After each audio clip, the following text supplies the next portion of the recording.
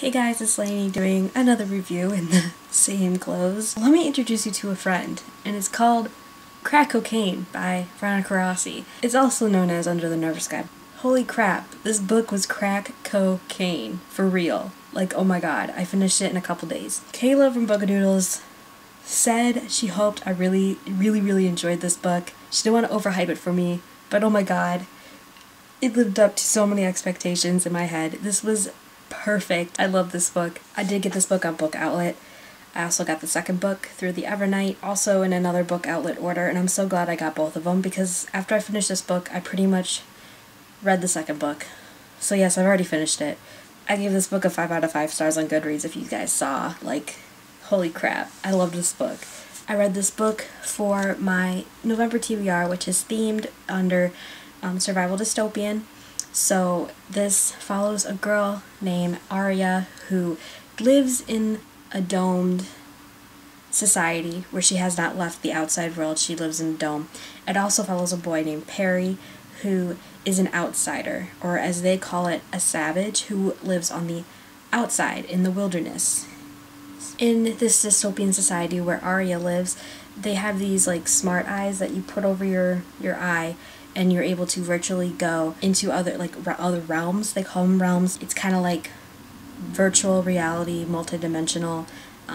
They feel real. It's like you're really there. Basically what happens is Arya gets kicked out, exiled from her community, where she is forced to live and survive on her own in the outside world, which she can't do because dwellers, which is what her people are called, can't survive very long in the outside world. So you can kind of see where this might be going. It's very survival indeed because they do obviously meet. I'm not giving away anything there. And it's another journey story as well, which I also love, of them both trying to help each other to get back to her community, and for him to get his nephew back, which you find out he's kidnapped, which I guess isn't also, that's not a spoiler. There's a lot of things going on.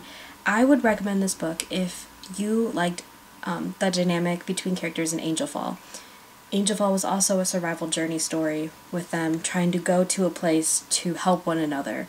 And that's also kind of the same setup here as well. Arya and Perry are surviving together and journeying to a place. So if you definitely liked Angel Fall, I really do think you'll like this book as well because I really enjoyed it, and obviously I love both. So this is told in a two point of view story. It alternates chapters between Arya and Perry. I loved the transitions that Veronica Rossi had in between, that was just so interwovenly fantastic between these chapters. I thought it left off at the perfect one point of view and transitioned so nicely into the next point of view. I have not seen that a lot in a lot of dual point of view perspective stories. You guys know how I kind of hit on that in my Frozen review by Melissa De La Cruz and Michael Johnson. I thought there was missing information between switching of the point of views. This one is not the case at all. It is seamless, like perfectly seamless story written. I was so impressed by the transitions that it was perfect. Also, what's introduced into this story is a different concept of powers that I've never seen before in a book. Savages, some of them are marked, which means that they have heightened senses. Perry has heightened sight in the night, and he can feel what is called tempers, which are our feelings, and his best friend Roar can hear incredible distances. I really enjoyed that part of the story. I thought it just fit everything. It just fit with everything in this world. I was completely believable. I'll leave you there and then we can get into this book that is Crack Cocaine. I liked the concept of bloodlords. I thought Perry's need and drive to be a bloodlord was such a great character development for him, and a goal that he could strive for, that he believed that he was better than his brother.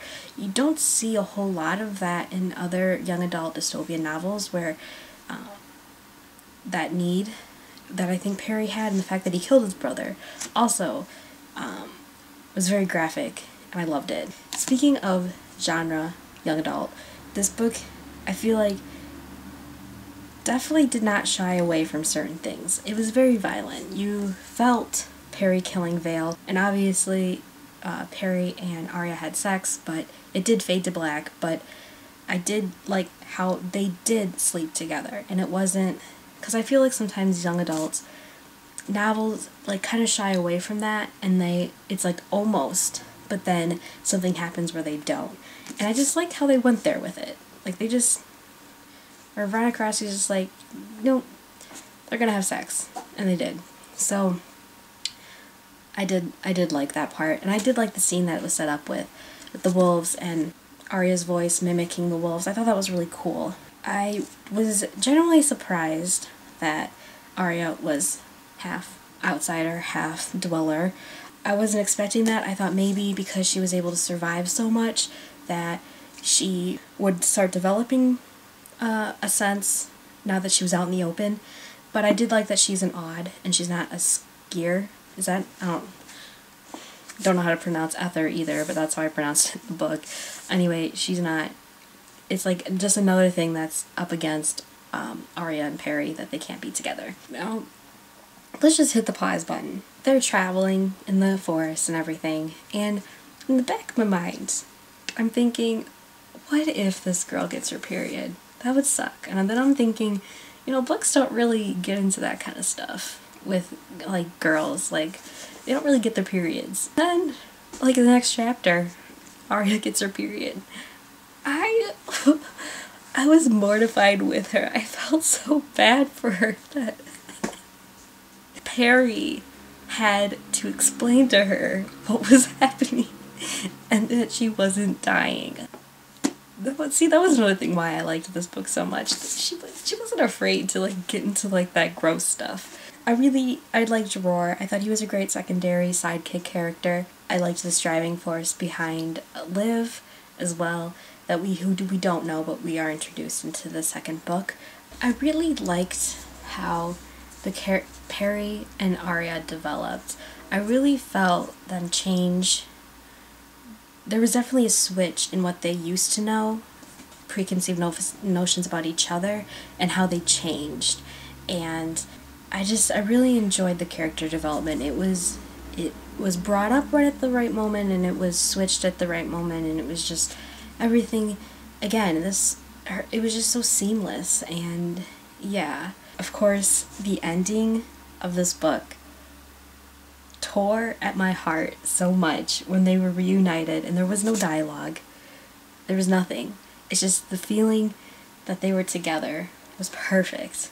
And that prompted me to read the second book literally right away. So I completely enjoyed this book. It was crack cocaine to the extreme for me. Did you guys enjoy this book? Of course I want to know. And that's it for this review. So I'll see you guys later. Bye!